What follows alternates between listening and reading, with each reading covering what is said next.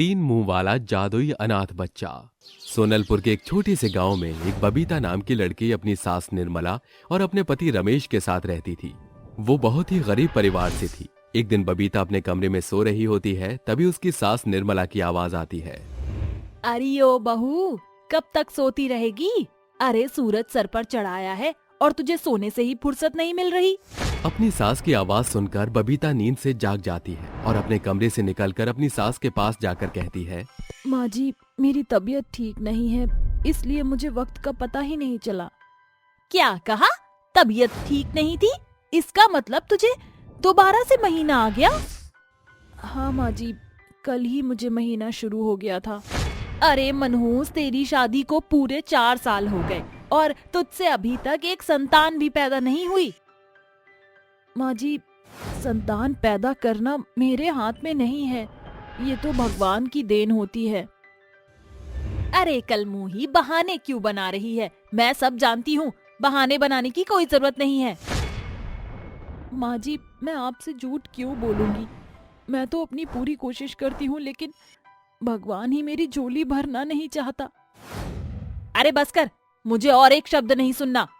मेरे तो भाग्य ही फूट गए हैं जब से तूने इस घर में कदम रखे हैं।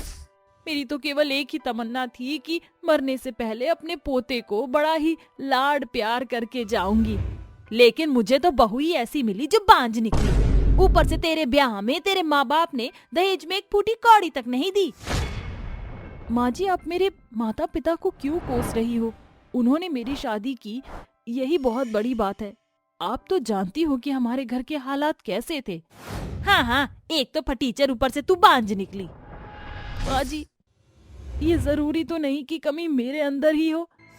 अरे करम जली, तेरे कहने का मतलब क्या है कि मेरे बेटे में कमी है?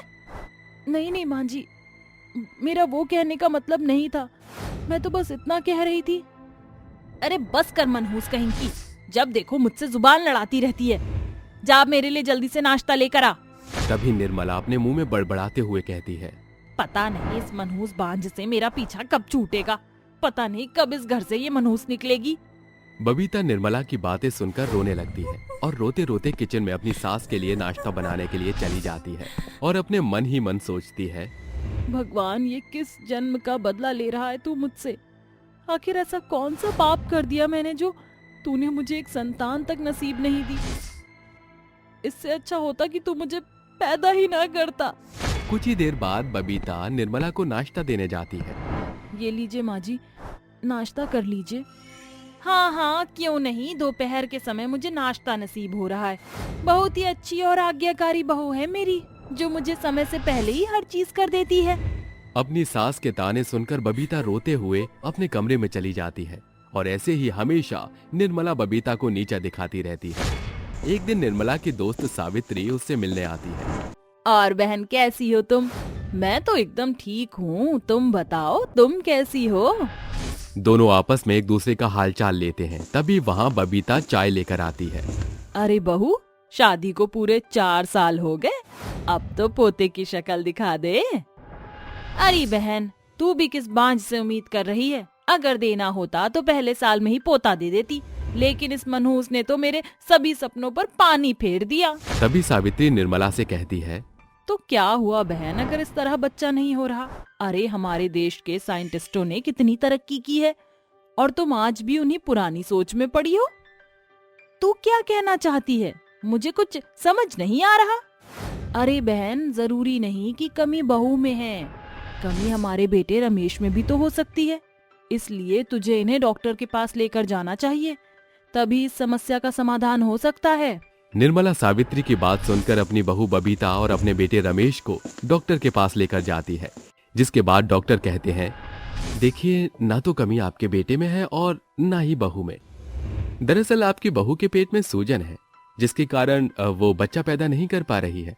मैं कुछ दवाइयाँ दे देता हूँ, जिसके बाद वो सूजन ठीक हो जाएगी और वो भी माँ बन सकेगी। डॉक्टर की बात सुनकर निर्मला बहुत खुश हो जाती है और डॉक्टर से दवाई लेकर अपने बहू बेटा को घर ले आती है, जिसके बाद वो बबीता का बहुत ख्याल रखती है।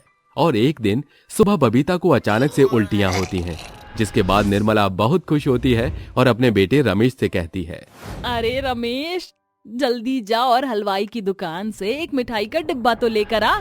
आज तो हमारे घर खुशियों ने कदम रखा है। माँ, आप ये कैसी बात कर रही हो? यहाँ बबीता की तबीयत ठीक नहीं है। मुझे उसे डॉक्टर के पास ले जाने की बजाय आप मुझसे मिठाई मंगवा रही हो। अरे बेटा, खुशी की तो बात है, तू बाप बनने वाला है। तेरी पत्नी किसी हाल से है, मैं तो बहू के भारी पैर देखकर ही पहचान गई थी। क्या कहा माँ? मैं बाप बनने वाला हूँ? क्या आप सच बोल रही हो? बबीता, तुम बताओ, क्या ये सच है?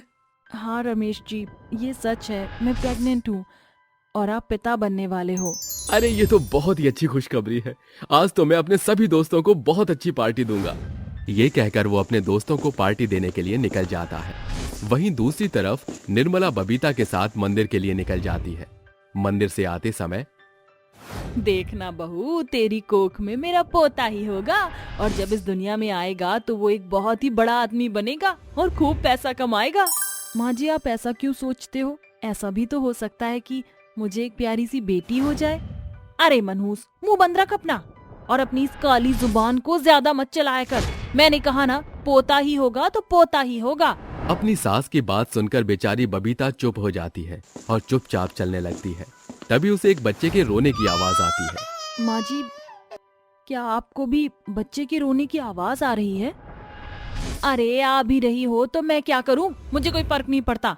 अरे वह बच्चा हमारा थोड़ी है जो हमें कोई परवाह होनी चाहिए। तभी बबीता की नजर सड़क के किनारे एक कपड़े पर रखे हुए बच्चे पर जाती है, जहां वो बच्चा बहुत ही जोरों से रो रहा होता है। माँ जी देखिए, वो रहा वो बच्चा जिसकी मुझे रोने की आवाज आ रही थी।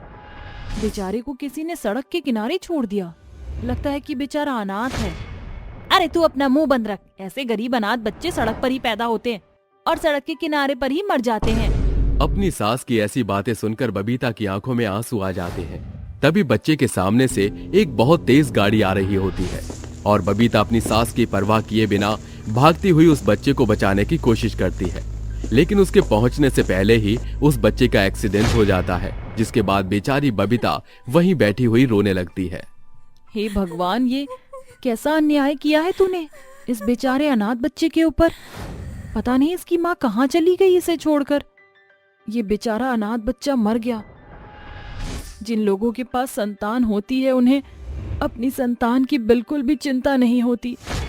बबीता ये सब कह ही रही होती है कि इतने में बच्चे के अंदर से एक देवी की आत्मा निकलती है, जो बबीता से कहती है, बबीता, तुम बहुत ही साफ दिल की हो। तुमने अपनी जान की परवाह किए बिना ही इस बच्चे को बचाने की कोशिश की, लेकिन अफसोस तुम ऐसा नहीं कर पाई। मैं तुमसे बहुत प्रसन्न हुई, इसलिए मैं तुम्हें वरदान देती हूँ कि तुम एक अनोखा बच्चा पैदा करोगी जिसके अंदर इस अनाथ बच्चे की आत्मा होगी। ये कहकर वो वहां से गायब हो जाती है और बबीता वापस अपने घर आ जाती है। ऐसे ही पूरा समय बीत जाता है और आखिर वो समय आ ही जाता है जब बबीता बच्चा पैदा करने वाली होती है। कुछ ही देर में डॉक्टर बाहर आता है और निर्मला से कहता है, मुझे डॉक्टर बने हुए पूरे 40 साल हो गए, लेकिन 40 साल में आज तक मैंने ऐसा कोई चमत्कार नहीं देखा था। ये पहली बार हुआ है कि किसी ने एक बच्चे को जन्म दिया और उसके 3 मुंह हैं। हम बधाई हो आपको, आपकी बहू ने 3 मुंह वाले बच्चे को जन्म दिया है। 3 मुंह वाला बच्चा? लगता है कि देवी का वरदान मेरी बहू को लग गया। निर्मला भागते हुए बबीता के पास उसके बच्चे को देखने के लिए जाती है, जहां वो देखती है कि उस बच्चे के 3 मुंह होते हैं। देवी माँ का वरदान सच हो गया बबीता। देखो, तुमने 3 मुंह वाले बच्चे को जन्म दिया है। उसके बाद निर्मला बबीता और उसके बच्चे को घर ले आती है। ऐसे ही धीरे धीरे बबीता अपने 3 मुंह वाले बच्चे का बहुत अच्छे से ख्याल रखती है। और एक दिन सुबह, पूरे 2 महीने से काम धंधा सब बंद पड़ा है, यहाँ तक कि अब जेब के अंदर 1 रुपया भी नहीं है। सुनिए जी, राशन खत्म हो गया है। अब हम लोग क्या खाएंगे? लगता है अब हमें कुछ दिन भुखमरी के ही निकालने होंगे। इतने में रमेश की गोदी में 3 मुंह वाला बच्चा पॉटी कर देता है। रमेश बबीता से कहता है, अरे बबीता देखो, मुन्ना ने पॉटी कर दी है, जरा इसे साफ कर दो। जैसे ही बबीता बच्चे की पॉटी साफ करने के लिए आती है तो वो देखती है कि उसकी पॉटी सोने की होती है। और जैसे ही बबीता सोने की पॉटी को हाथ में उठाकर अपने पति को दिखाती है, उतने में वो जादुई 3 मुंह वाला बच्चा अपने एक मुंह से हीरे निकालने लगता है और दूसरे मुंह से नोट निकालता है और उसके तीसरे मुंह से खाने के पकवान निकलने लगते हैं। देखते ही देखते वहां खूब सारा खाना हीरे, नोट और सोना इकट्ठा हो जाता है, जिसे देखते ही सभी लोग अचंभित रह जाते हैं। निर्मला कहती है, ये कोई मामूली बच्चा नहीं है, ये तो एक जादुई बच्चा है जिसके 3 मुंह हैं और ये सब बबीता की अच्छाई और उसके अच्छे गुणों का फल है। आज मुझे समझ आया कि हमें किसी के साथ भी बुरा नहीं करना चाहिए, क्योंकि बुरे का फल बुरा और अच्छाई का फल अच्छा ही होता है। आज मुझे समझ आया कि मेरे बच्चे के 3 मुंह क्यों हैं और वह नॉर्मल बच्चों से इतना अलग क्यों है।